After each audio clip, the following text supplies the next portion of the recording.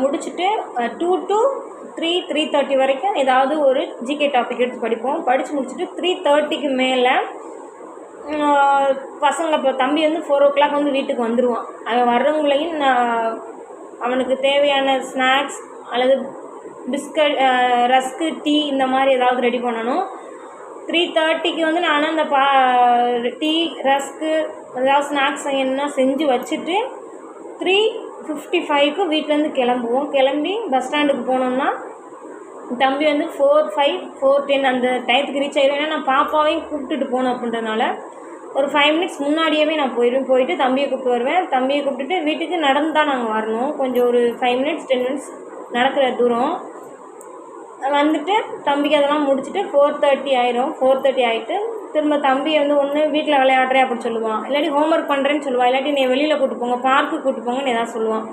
அவனுக்கு அன்றைக்கி மைண்ட் எப்படி இருக்கும் அதுக்கு தகுந்த மாதிரி ஈவினிங் 4:30 to 8:30 வரைக்குமே அவங்க ஹோம்ஒர்க்கு, டின்னர் இந்த மாதிரி தான் போகும்.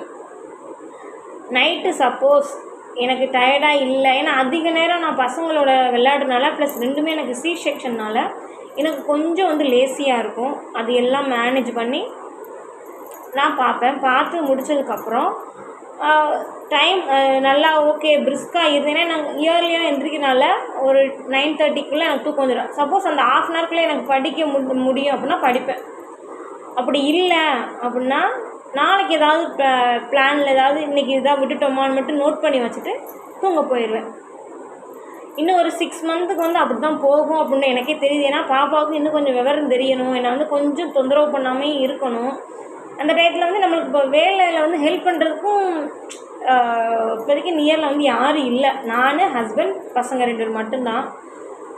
அதனால் அவருமே என்னை ஃபோர்ஸ் பண்ணுறதில்ல, நீ கண்டிப்பாக படிக்கணும் அப்படின்னு இல்லை. நானா சரி நம்ம வந்து இப்படியே இருந்தால் வீட்டு வேலை பசங்கன்னு இருந்தால் நம்மளோட அந்த படிக்கிறன்ற எண்ணம் வந்து நம்மளை விட்டுட்டு போயிடும் அப்படின்றக்காக எனக்கு கிடைக்கிற நேரத்தில் நான் புக் எடுத்து படிச்சுக்கிட்டு தான் இருப்பேன். புக்கு எடுக்காத சூழ்நிலையில் கூட ஏதாவது யூடியூப்பில் வந்து கொஸ்டின் ஆன்சரோ இல்லாட்டி ஏதாவது மேக்ஸ் சம்ஸோ ஏதாவது பார்த்துக்கிட்டு தான் இருப்பேன். இதுதான் என்னோடய 1 day ரொட்டீன். இது வந்து சில நாள் கூடலாம் குறையலாம். ஏன்னா குழந்தைய இருக்கிறதுனால ரெண்டுமே குட்டி பிள்ளைனால திடீர்னு உடம்பு சரியில்லாமல் போயிடும், இல்லாட்டி நம்மளுக்கு உடம்பு சரியில்லாமல் போயிடும், இல்லாட்டி வெளியில் எங்கேயாவது கிளம்பி போகிற மாதிரி ஆயிரும். ஃபேமிலி கேர்ள்ஸ்க்கு நிறையா சுச்சுவேஷன் இருக்கும். என்ன பொறுத்து என்னென்னா இன்றைக்கி இதுதான் முடிக்கணும்னா நம்மளால் முடிக்க முடியலைன்னாலும் நம்மளுக்கு முடிக்க முடியலேன்ற ஒரு ஃபீலிங் வந்து கில்ட்டியாக இருக்கும். அதனால் இன்றைக்கி நம்மளால் முடிஞ்ச அளவு எஃபர்ட் போடுவோம் அப்படின்னு சொல்லிட்டு இருக்கும். அப்படின்னு சொல்லி நம்ம செட் பண்ணி வச்சுட்டு நம்ம போனாலே போதும். நம்மளால் 100க்கு 100% நம்மளால் அதை போய் ரீச் பண்ண முடியாட்டி கொஞ்சம் கொஞ்சமாக நம்ம முன்னேறி போய் நம்ம போகக்கூடிய இலக்கை வந்து நம்மளால் அடைய முடியும். இல்லை ஆனால் தொடர்ச்சியான பயணமாக இருந்தால் கண்டிப்பாக நம்ம போய் அதை ரீச் பண்ண முடியும். Thank you friends.